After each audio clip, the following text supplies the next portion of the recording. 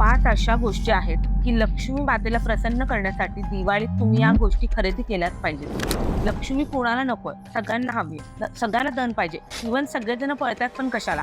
फक्त धनासाठी, पैशासाठी. तर हा पैसा हा निरंतर आपल्या घरी यावासा वाटत असेल, ताई लक्ष्मी येऊन जर आपल्या घरामध्ये कंटिन्यू बसत असेल, तर ह्या गोष्टी तुम्हाला घरात आणणं फार गरजेचं आहे. ज्या काही मी या 5 गोष्टी सांगणार आहे, त्याचं सविस्तर नॉलेज सुद्धा तुम्हाला, महत्त्व सुद्धा ते सांगणार आहे. आणि त्या स्थायी 5 वस्तू कंटिन्यू तुमच्या देवघरात जर तुम्ही ठेवल्या, तर त्याचा फायदा तुम्हाला निरंतर होऊ शकतो आणि लक्ष्मी माता प्रसन्न होऊन घरामध्ये आरोग्य, वैभव, संपत्ती सगळ्या गोष्टी तुम्हाला भेटू शकतात. 5 गोष्टींमधली पहिली गोष्ट जी मी तुम्हाला सांगणार आहे ती म्हणजे शंख. शंखाची उत्पत्ती ही समुद्रामधनं झालेली असते. हे सगळ्यांनाच माहिती आहे. बरोबर आहे ना? शंख असा कुठेही भेटत नाही ज्याची उत्पत्ती फक्त समुद्रामधून झालेली आहे. की माता लक्ष्मीची पण उत्पत्ती ही समुद्रामधूनच माता लक्ष्मी प्रकट झालेल्या आहे. तुम्हाला माहिती नसेल की माता लक्ष्मीला जिथे निवास करायला जायचं असतं तिच्या बरोबर शंख हा तिला लागतोच. शास्त्राप्रमाणे असं म्हटलं जातं की शंख हा माता लक्ष्मीचा भाऊ आहे. तर शंखाचं हे खूप जास्त महत्व आहे जे की माता लक्ष्मीला प्रसन्न करायचं असेल तर. तुम्हाला हेही माहिती असेल की ज्या वेळेला शंखाचा निनाद होतो त्यावेळेला बऱ्याच गोष्टी त्या ठिकाणी पॉझिटिव्ह मानल्या जातात. इव्हन शंख फुकण्याचे वैज्ञानिक कारण सुद्धा आहे जे की तुमची छाती मोकळी होते, फुफ्फुसांचा त्रास कमी होतो आणि हृदय सुद्धा चांगल्या तेजीवर चालतं. शंख जर तुम्ही बघितलं तर मांगलिक कार्यामध्ये आणि आध्यात्मिक कार्यामध्ये पहिला, त्यामुळे शंखाला हे विशेष महत्व सुद्धा लक्ष्मी प्रसन्न करण्यासाठी दिलेले आहे. तर आता शंख हा जर तुम्ही घरी आणला तर तो कुठला असावा हे पण लोकांना माहिती नाहीये. दक्षिणावर्ती शंख हा दुर्मिळ आहे, पण हा जर तुम्ही तुमच्या घरामध्ये पाण्याने भरून ठेवला तर खूपच चांगले रिझल्ट तुम्हाला बघायला भेटतील. लक्ष्मी पूजनाला शंखाचं पहिलं तुम्ही घरामध्ये आगमन करा. आणि हा शंख कधी खरेदी करायचा हे गुरुपुष्य अमृतामध्ये, रविपुष्य अमृतामध्ये आणि जे की नवरात्रीमध्ये आणि जे की लक्ष्मी पूजनाला. तर वेळ न घालवता तुम्ही हा शंख त्याच दिवशी घेऊन या आणि तुमच्या देवघरामध्ये त्याची स्थापना करून टाका. माता लक्ष्मीला प्रसन्न करण्यासाठी दुसरी गोष्ट म्हणजे गुलाबाचं फूल. आता तुम्हालाही माहितीये गुलाब हे सगळ्यांनाच आवडतं, पण माता लक्ष्मीला गुलाबाची माळा ही अतिप्रिय आहे. अति प्रसन्न होतात त्या. बऱ्याच लोकांना कर्जाची खूप चिंता असते. व्यापारात पटकन त्यांचं पटापट गोष्टी होत नाहीत, उन्नती होत नाहीत.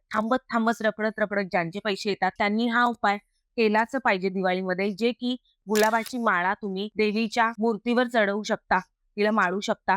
दुसरा उपाय म्हणजे गुलाबांच्या पाकळ्यांचा अभिषेक तुम्ही देवीवर करू शकता, जेणेकरून तुमचं कर्ज कमी प्रमाणात कमी होईल. अगदीच हा उपाय तुम्हाला दिवाळी पुरताच करायचा नाहीये. दर शुक्रवारी जरी हे तुम्ही उपाय कंटिन्यू केले तरी तुम्हाला जाणवेल की देवी ही तुमच्या घरी स्थायी येऊन बसतीये आणि तुम्हाला कुठलाच त्रास होत नाहीये, जे की रोगराई नाहीये, वैभव चांगलं प्राप्त होतोय, समृद्धी भेटतीये, संपत्ती भेटतीये. तिसरी गोष्ट म्हणजे स्फटिकाची माळा.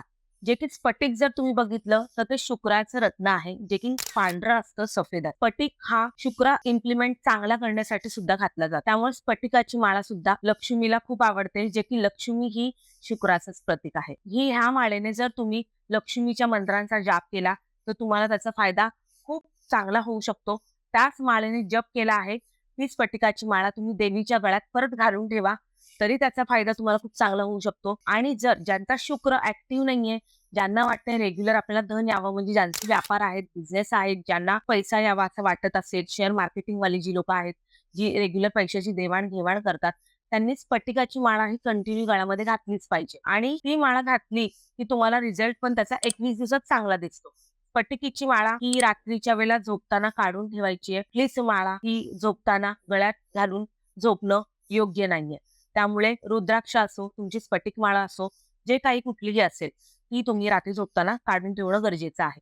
आणि मंत्रांमध्ये ओम श्रीं श्रीये नमः हा मंत्र तुम्ही कंटिन्यू जाप करा त्या माळेवर, तुम्हाला खूप चांगला फरक भेटेल. लक्ष्मीला प्रसन्न करण्यासाठी चौथा उपाय म्हणजे तुपाचा दिवा. हा तुपाचा दिवा तुम्ही कुठल्याही सफेद मेटलमध्ये, पांढऱ्या मेटलमध्ये देवीच्या जवळ लावू शकता, फोटो जवळ तिच्या लावू शकता. त्यानेही तुम्हाला खूप चांगला फरक होईल, भरभराटी भेटेल.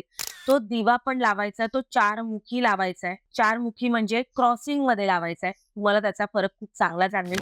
लक्ष्मी प्रसन्न करण्याचा 5वी गोष्ट किंवा 5वी वस्तू म्हणजे श्री हरी विष्णू.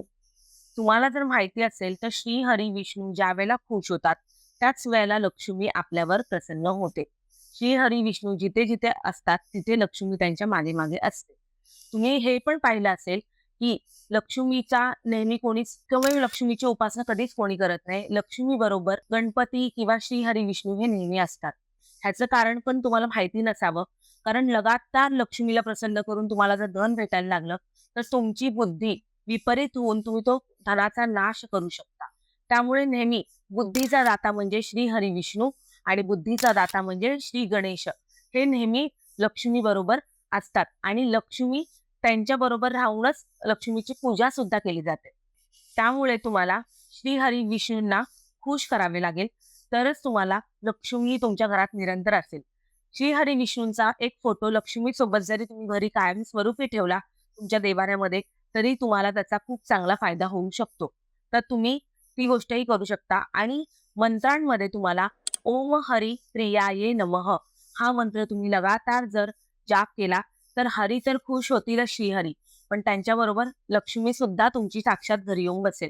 त्यामुळे हा एक उपाय तुम्ही नक्की केला पाहिजे.